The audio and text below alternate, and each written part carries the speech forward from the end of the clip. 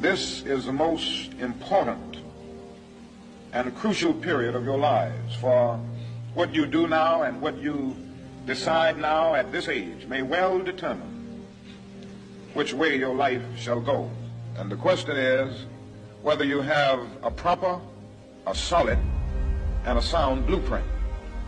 And I want to suggest some of the things that should be in your life's blueprint. Number one in your life's blueprint should be a deep belief in your own dignity, your own worth, and your own somebodyness. Don't allow anybody to make you feel that you are nobody. Always feel that you count. Always feel that you have worth. And always feel that your life has ultimate.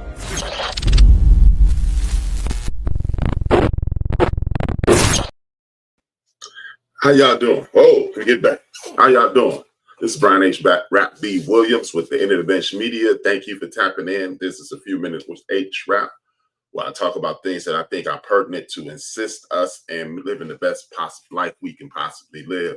Thank you for tapping in. If you are watching on YouTube, it's late at night. Well, good morning, good night, good evening. It doesn't make a difference what time it is. I want you to hit that like, hit that share, tell a friend to tap in. You know, I always ask you to do this, and that is go to you. Instead of watching always on YouTube, I want you to go to www.thaendofdabench.com, www.thaendofdabench.com. That's my website. It helps me, it helps the program. And if you're feeling generous, hit that cash out, man.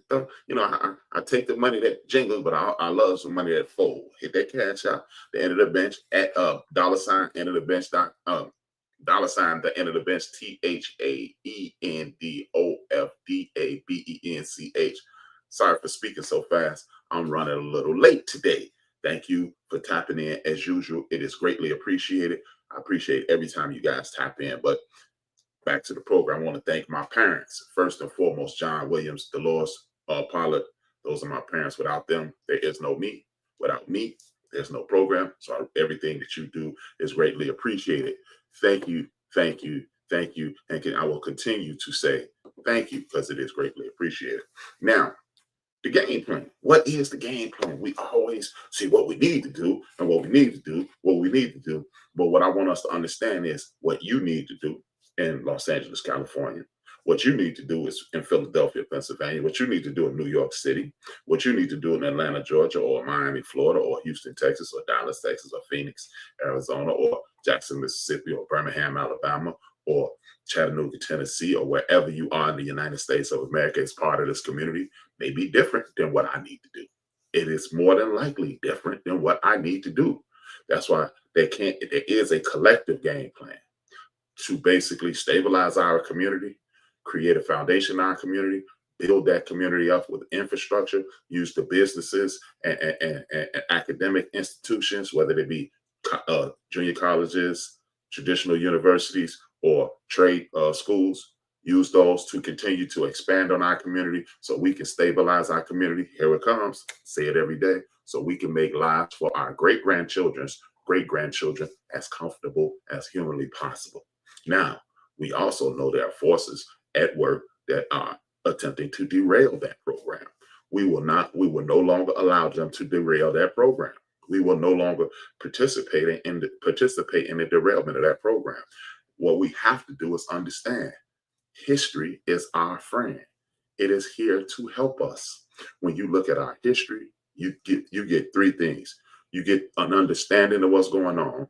You get the knowledge on how they got out of it. And you also get the knowledge of how people overcame obstacles that are no longer in place, but they're different obstacles with the same kind of focus. And this is how we use that history to get right here. A lot of people say, hey, man, the civil rights movement is over. What's the new game plan? No, there is no new game plan. To fight wicked, evil, and deceptive people, they only come directly at you. That's the beauty in fighting wicked. When you are a good, righteous person, you can come from here, you can come from there, you can come from any way, because the fight is the fight. wicked comes directly at you, because wicked assumes that it won't be defeated. So why do I have to change my game plan? It's much like a boxer. A boxer with a steel chin, Mike Tyson, comes directly at you, gets up under you, knocks you out, game over. But if you know how to be a pugilist, you spin Mike Tyson, you turn him, you make a move, you get him out of his element, you get him into the late rounds, aka the deep waters, where his stamina may not be as good as yours, and then you take him right straight out. And that's how we must do these people who are attempting to destroy us at every turn, every venue, and every portion of the day. And this is what we're dealing with right now. You're also dealing with people who are foolish enough to assume who assume that the powers that be are on their side. And that's why a lot of people at TSA, a lot of these good government jobs, they're losing their places of employment. A lot of their elders and disabled people are losing their benefits because they voted for someone who said, I'm going to look out for you, even though I've never done that in the history of the United States of America. There's never been a group of rich white men come together and say, you know what, we're going to help the poor people. That has never happened that way. The country was designed for rich white men to rule over it. And then we have chipped away systematically over the last 249 years. And guess what? It's time for us to continue to chip away. If a lot of y'all, man, like I said, back to the civil rights movement or the black empowerment movement, whichever way you want to determine it, this is what happened. You had people sitting around going, hey, it's over. Dr. King died, and then the 70s came about. But guess what? Dr. Medgar Evers at the beginning, Malcolm X in the middle, Dr. King at the end.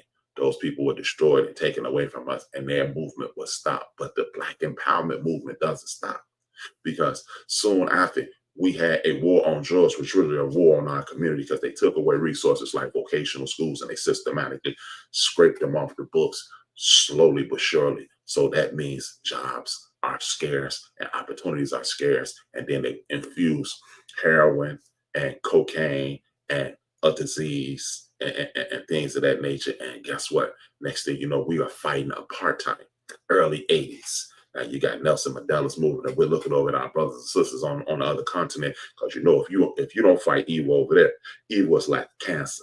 It metastasized across the Atlantic Ocean, and here it is, and we're fighting it today. Keep that in mind. But oh man, that civil rights thing is over. Well, apartheid never ends, because you got apartheid here in America. You have segregated schools. You have, and what I mean segregation, I mean financial segregation. It's not always you can't go here, but if I put my schools way up here, as you heard on my program yesterday, a few rapping with HRap, with Viatri Vaughn, my cousin, yeah, they had well-to-do Black people, but you couldn't even spend your money. So that's another form of segregation, because you're thinking, don't come your Black behind here. No, I'm going to put you at a disadvantage, and I'm going to use the law and the government to do as such. That's segregation as well. So now, then you move to the 90s. You got people still being lynched. Rodney King almost beat to death. Dennis Byrd and countless people in the urban areas throughout the United States of America get beat and treated like farm animals. Guess what? That's that same thing. So we're fighting it early. Oh, well, we ain't have to deal with that HRap. We weren't in the 60s, but you were in the 80s. Apartheid in the 90s, crack cocaine and police brutality. That's the same thing Dr. King and his cohorts and Malcolm X and his cohorts and the Black Panther Party of self-defense. That's the exact same thing that they were fighting against. I hear myself speaking fast. Please forgive me. Now, these are the things that we will continue to fight until we eradicate evil. Now, as long as there are people breathing on this earth, because the moment we relax, that's when they get you. Now then, you have the 2000s, and you have Trayvon Martin and Mike Brown and Philando Castile, and I can't remember the brother who got shot down in the street by the police in Oklahoma. These things are consistently happening. Then you have the brother who was choked to death for 9 minutes in front of the world, and the world ignited. The problem with this entire situation is, I personally believe we fell asleep at the wheel. We stopped enacting things that we could do because we saw a brother by the name of Barack Hussein Obama get put in office. Oh, we straight. Racism is dead, and that's the propagandized news that was put out there by the MSNBCs, the CNNs, the Fox News, the AB, NB, and CBS News, and everything was supposed to be great. But as I stated at the top of the program, if you know history, you know any Black successes is a clarion call to white nationalism and white folks in general that are not on your page. Because the moment you take one step forwards, they have to take 10 steps towards you and try to destroy that progress that you had. It is history. It is documented. If you don't believe me, look at the Reconstruction period. You had Rutherford B. Hayes ended that, a 12-year period where Black people went from 4% literacy to teaching each other how to read, and we got up to an 84% literacy rate. You went from being enslaved, being in bondage, being totally treated as if you were a farm animal, to some of us being put in offices, some of us creating towns, some of us being elected officials, some of us being billionaires, and people moving towards academic independence, financial independence, and independence overall. And what happened? Rutherford B. Hayes said, nope, we're not going to use the military to protect these people so they can build their own communities and infrastructures. And the Black Knights and the Ku Klux Klan were invented. And then you had redlining, and you had the Black laws created so you can get pushed back further. Move to the 1900s, the same thing. The country in the midst of a damn depression, and y'all got the nerve to create laws to say, hey, you can only live in this area. And then you foolish enough to fall for the nonsensical comments like Black on Black crime. Not a thing, because I've never heard Illinois on Illinois crime. Chicago, according to y'all, is one of the most violent cities in America. Psych. Chicago, not even the most violent city in Illinois. But why is it that I've never heard Illinois on Illinois crime? Since we're keeping crime on people and what they do. Illinois is a state. There are people here. Why don't we talk about the interviolence in Illinois? We don't talk about that. That's just to make you think that there's something innately wrong with you and you are violent against the people who look like you. Guess what? Oh man, I'm gonna push Black people into a specific area. I'm gonna remove opportunities. I'm gonna infuse tension by these race soldiers, aka the police. And then I'm going to make them create opportunities. And then I'm going to slide certain things in and watch them attempt to survive through this. And guess what? We've done it. But that's what's going on. And then they tell you, well, Black people only hurt Black people. And you're right. Because Black people, by and large, are the biggest group of people that were forced to only live amongst themselves and things being taken away from them. The first thing that was taken away from us is our culture. When you don't have a culture, that means you don't have a set of rules to live by. You don't have a set of rules to live by. Now you're in between. You're stuck in between being a citizen of the country and being a citizen of your community. And we, for whatever reason, we kind of tend to lean towards citizen of the country. And that's not what we need to be. We need to be citizens of our community, and that will benefit the country. Citizens of the Black community, and then participants in the country. And that will benefit the country because, as I say all the time, a rising tide lifts all boats. If we are uplifted, our crime is low, our entrepreneurship is high. Our entrepreneurship is high, our employment goes up. Our employment goes up, the mental goes up. The mental goes up, the spiritual goes up. The spiritual goes up, and it's over. Once you are spiritually in line, you're mentally in line, financially in line, and physically in line, you are unstoppable, brothers, sisters, ladies, gentlemen, and guess what? Haters and bitter friends, because I know some of y'all watching. This is what we need to do. This is what we have to do.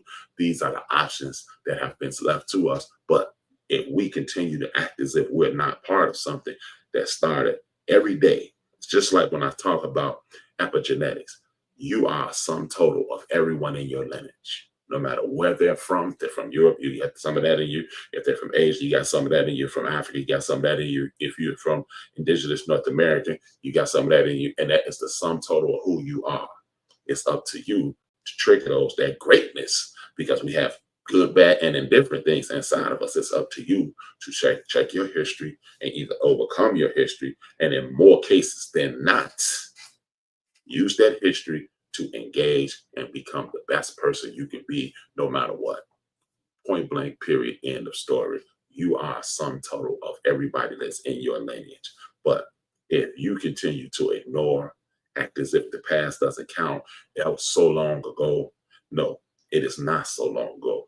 The country itself is 249 years old. You got people like one of the last survivors of the Black Wall Street massacre, and who's Mother Fletcher, who's 107 years old. She's almost half the age of the country. And we can put our hands on her.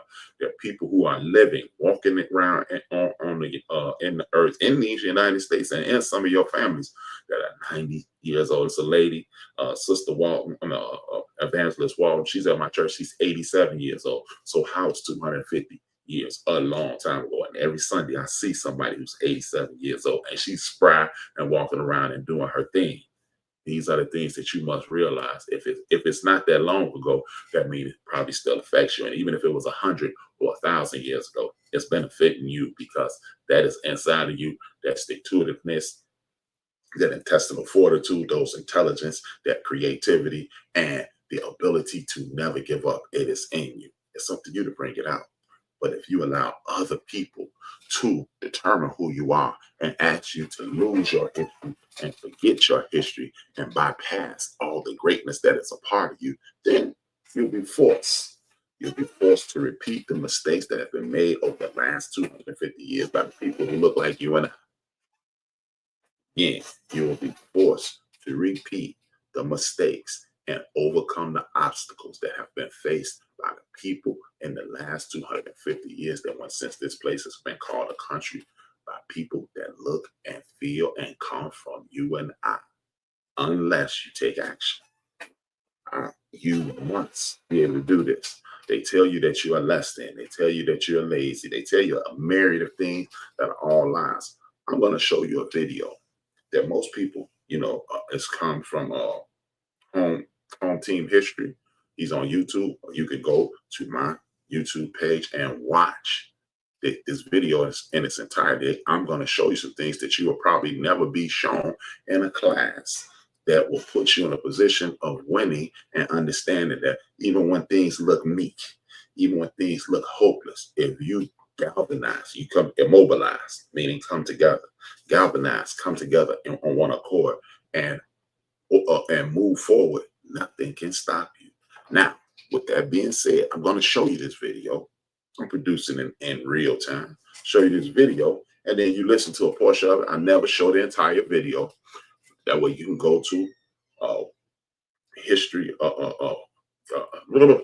You can go to what is it called? Let me look at it again. I'm losing my mind because I'm moving too fast.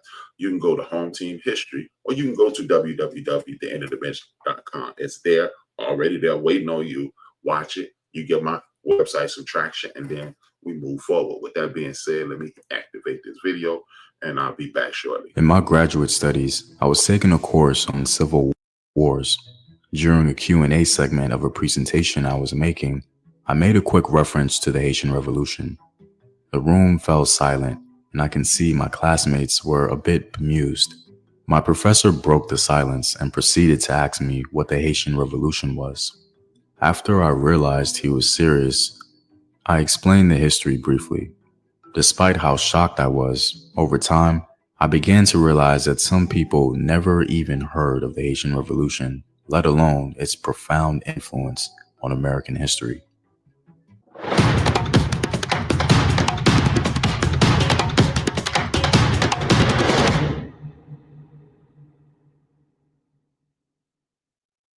What up, African world? It's Samir, and welcome back to another video of African history, culture, and worldview. By supporting this channel on Patreon, you're helping in the creation of these videos and contributing to this content. The link to Patreon is in the description box below. Also, stay tuned with a word from my sponsors. Have you ever wanted to learn an the all will be added together? Article titled The Haitian Revolution and the Forging of America. The article makes compelling arguments about how the Haitian Revolution deeply impacted America, helping to make it what it is today. So this video is one historical perspective, advanced by a scholar and not a monolithic consensus. So please keep that in mind. The arguments posed by scholar Jim Thompson in part serves as an explanation for the experience I had in my graduate studies. The fact that no one in my class knew what the Haitian Revolution was, including the professor, speaks to the historical American response. After the successful revolution in Haiti, Americans passed several laws further binding and restricting enslaved people. They were intent on barring any influence from the Haitian Revolution on American soil. Baltimore even banished any import of enslaved people from the West Indies from 1792 to 1797. In the antebellum South, no issue having to do with slavery and the role of blacks in American society was discussed at so many different times, in so many different ways, for so many different reasons as the lessons of the Haitian Revolution. I imagine that after some time, any mention of the Haitian Revolution was shunned or discouraged. Over the centuries, this could have manifested itself into complete amnesia, resulting in my graduate experience. The Haitian Revolution was undoubtedly terrifying for any owner of enslaved people. The white owners who managed to escape Haiti and reach America told stories about what they witnessed. The Haitians not only liberated themselves from local plantations, but they completely embarrassed the white supremacist powers of the time. How can formerly enslaved people completely annihilate French, British, and Spanish colonial powers, let alone defeat the great Napoleon? Napoleon himself admitted that his decision to fight the Haitians was the greatest folly of his life. In the process of achieving independence, the slaves fought and defeated in turn the local white planters and troops of the French monarchy, a Spanish invasion, a British expeditionary force, and, in the end, the supposedly invincible army of Napoleon Bonaparte. Now, with that being said, thank you for tapping in again. It's important that you continue to do so. Hit that like, hit that share, tell a friend and tune in. I want you to watch that. Go to my website, www, and I'll put it back on the screen, www.thaendofdabench.com. I want you to go there and watch that video in its entirety. It shows that no matter what the obstacles are in your way, it's up to you to overcome them. They can slow you down. They can impede some of your progress, but they cannot stop your progress. You are dealing with the same kind of things that the Haitian people and our formerly enslaved ancestors dealt with right now. You are in the midst of a tyrannical, I believe, white supremacist regime that is running the country, and it lets you know the fact that we are on the precipice of Medicaid being cut. Guess what that means? Some of your relatives may suffer due to lack of medical benefits. You'll be talking about school benefits, meaning special needs program. That means handy able, what they call disabled young people, or they call handy impaired, because they don't call it handicap anymore. Those people won't have the rights, like ramps in schools and things to that nature. They don't even want those people to be educated anymore, not just our community. So when you watch these things and you see the things that you had to overcome, you understand that this is just the beginning of round 249 of an endless fight, a fight that has endless rounds. You have people being paid. You're having people getting stipends from white South Africa to be able to come in. You can pay to become a citizen, which sounds ultimately illegal to me, but we'll find out in the near about future. You have people fighting against telling people what they can and can't do and what this guy's going to do. Those people, where are they right now? I mean, I want to hear from you when somebody loses something that's important to you. These are the things that we need to pay attention to. We can sit around and go, well, it was this and it was that, and we needed this and we needed that. Or we could pay attention to what's actually going on and say, hey, this is a detriment to our existence and we need to go into action. That's why I do this show on a regular basis, because a lot of us are paying attention to the wrong things. What people say, like one of the things that we need to pay attention to is cryptocurrency. This is a game changer. Somebody created an opportunity for us to use a fabricated currency that we determine the value in it, and we can invest in it and we can learn about it. And people will back up off of, well, I don't really know about that. I'm going to wait for the people who've been holding me back for 400 years, but as a country organized and holding me back. For 249 years, I'm going to wait for them to teach me about something so that I can gain power and walk away from the chains they put me in. How asinine does that sound? We need to get into the current cryptocurrency realm so we can create our own means, and we can create a universe right next to their universe, and we don't need them, and they will definitely need us, because we're some of the top consumers in the United States of America today. Let's stop waiting on our oppressor to educate us on things about how to take their power. Let's stop worrying about the housewives and to stuff going on in hip hop culture and the sports and the greatest movies and the Marvel movie and the TV shows that we love, and invest the same amount of intensity and time in cryptocurrency, history, the law. The law is the most important, because when you understand how the country is run and how you can stop some of the tyranny, then you can gather yourself, square up, and be ready to fight. But we're fighting, flailing our arms and not understanding what's next. That's how you get knocked out. That's how you get taken out, and that's how you become an oppressed people. We can no longer fight in that manner. We can no longer participate in the destruction of our people because we refuse to fight the uncomfortable fight. Nobody wants to fight Andre the Giant. Nobody wants to fight back in the 80s Hulk Hogan. Nobody in the early 90s and 2000s want to fight The Rock or the Big Show or whatever the biggest wrestler is at this time or at that time. Nobody wanted to fight those people, but at some point you had to take them down.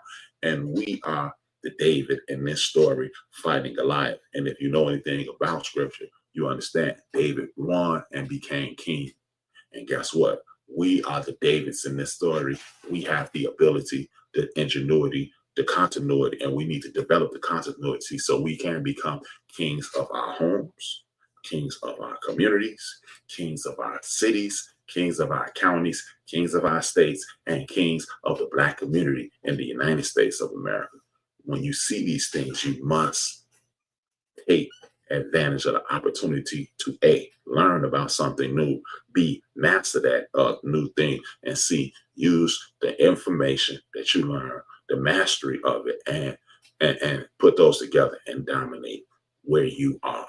You don't have to take over the world. You don't have to hurt anybody, but what you have to do is set up defense mechanisms so you can protect yourself, your home, your community, your city, your town, and most important, our community. We can no longer sit around and wait for people to give us anything. If you want to have a conversation about LeBron James and Michael Jordan, I need you to have a conversation over there. If you want to have a conversation about this guy and that guy, do that. Knock yourself out, because I really don't care. What I do care is I have elders in my family that use Medicare, Medicaid. I have young people in my family who need those academic amenities so they can advance their lives and be, again, my great-grandchildren's great-grandchildren can live a comfortable and prosperous life. We must do these things. There are enough, they tell you that it's not enough of us and we're fragmented. No, we're not. We are not a fragmented nation. 79 to 81% of Black men voted in one direction. 92% of Black women voted in one direction. That does not sound like fragmentation to me. I don't know how that is fragmented. But what we need to do is learn the laws. And then when you learn the laws, you'll understand that, hey, I have a Republican person in the House of Representatives representing the House of Representatives. Who are they representing? The population. Are you you live somewhere in the United States of America, and or 82% of y'all live in the United States. Some people live all over the world. Thank you for the people who live all over the world. Hit that like, hit that share. It is greatly appreciated. Subscribe if you haven't. But if you live in the United States, that means you're a citizen. If that person is a Republican, guess what? We can organize. Some of us are already part of organizations, fraternal organizations, like the Masons, the Elks, the Moorish Americans, so forth and so on. The Divine Nine, the fraternities and sororities that are in that come from universities across the United States of America, people that look like us. Hell, street gangs, Crips, Bloods, Vice Lords, gangsters, you people are organized and y'all can have conversations. Guess what? That means you can go to city hall meetings. That means you can go to city council meetings. So you can determine where the money that you're paying in sales tax, the money you're paying in bill tax, the money you're paying in income tax can be allocated properly towards you and the schools that are in your vicinity. Now, something else you can do. The most important thing that you can do is this. Organize and have conversations. Or what you can join, well, the NAACP and the Urban League, they ain't doing what they're supposed to do. Or that they're not. So what are you going to do? Complain or take action? That's a real question. What are you going to do? Because you can complain or you can organize. Either join that organization and defeat it from the inside, or create your own organization and make sure you get things covered. This is why I keep saying these churches. You got people in Chicago, at least 2 pastors in Chicago have 10,000 member churches. I think it's 3 of them. I'm not going to say their names because I'm not here to propagandize or destroy anybody's faith or challenge anybody's faith, because that's one of the problems. I'm not smarter than you. You're not smarter than me, but together we are intelligent and we can uplift our community. I don't care if you're a Muslim. I don't care if you're a Christian or Buddhist. You can be a Jehovah's Witness. You can be a 7-day evangelist. You can be sanctified. You can be whatever you want. But you know what you are? You're a member of this community that we need your help. Leave your religion at home. Leave your faith at home. Because guess what? That's a situation between you and your creator, not me and you. Don't convince me. Get strong in your faith while you're home. And guess what? While you're getting strong in your faith will guide you towards your community to make your community better and love your brother as you do yourself. You know, that kind of deal. And all faiths have that same principle.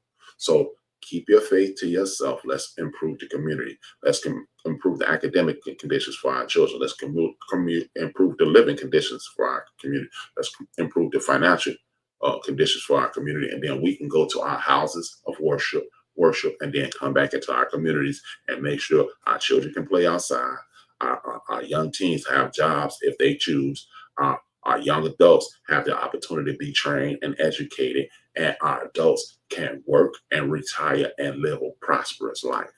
We no longer have to do these things and argue about these things, because what is arguing, all it does is, again, we are fists. I'm a Muslim. That's a finger. He's walking away. I'm a Jehovah's Witness. That's another finger. He's walking away. Can you fight like this? No, you cannot. I'm part of the Elks. I'm part of the damn Divine Nine. Now we just have a hand, a slap. We don't even know if we're going to slap because we're all separated. Now what we can do is come together, leave our individual interests at its core. Our individual interests on their own, and improve our communities. Because when we can improve our communities, all those individual interests will flourish. Or we can leave things the way they are, where we're somewhat together. We're together on some things, but we're fragmented because we want to push our beliefs onto you. There's no room for that. Now, let's come together, organize, galvanize, and then move forward. Dr. King wasn't a mobilizer. Malcolm X was an organizer. If they would have ever come together, we wouldn't have these problems. How many of you are organizers? How many of you are mobilizers? How many of you are working so we can come together and get the right people in Congress and making complaints? 200,000 people signing a complaint, call a petition, and it has to be identified. If there's 50 million of us here, we shouldn't have any problems. But what we do have is a bunch of people who complain about things that are not beneficial to them, and then they don't have any game plan on how to resolve. I'm part of an organization that are 1 million strong. I know other people. I know people in part of academic sororities and fraternities. They are 1 million strong as well. How is it that we're struggling? Each group can take on poverty, academia, education of civics, feeding the homeless, so forth and so on. And we can resolve these things together. If we continue to choose not to, we will continue to struggle. See you tomorrow. I need us to get together, come together, get together, and stay together. But we can do these things if you choose to. Again, like, comment, leave a comment. Let me know where you're from. And then work with me so we can get these things together. I will continue to work and do my due diligence to get as much information to you as I can. I also need you to talk to your friends and have them come in, and you can discuss if I was right, wrong, or indifferent. But guess what? I'm right about one thing, that we need to come together. And we need to leave our personal issues in our head. Because if you don't like this group or that group, that's your personal business. Do you like being Black? Talk to me soon. Talk to you soon. 2 fingers, 1 word. I'm HRap B, and I. And it is necessary for those people who rule over us and who rule over African people the world over, if those people are to stay in power, they must destroy our ability to love each other in a healthy sort of way. This is why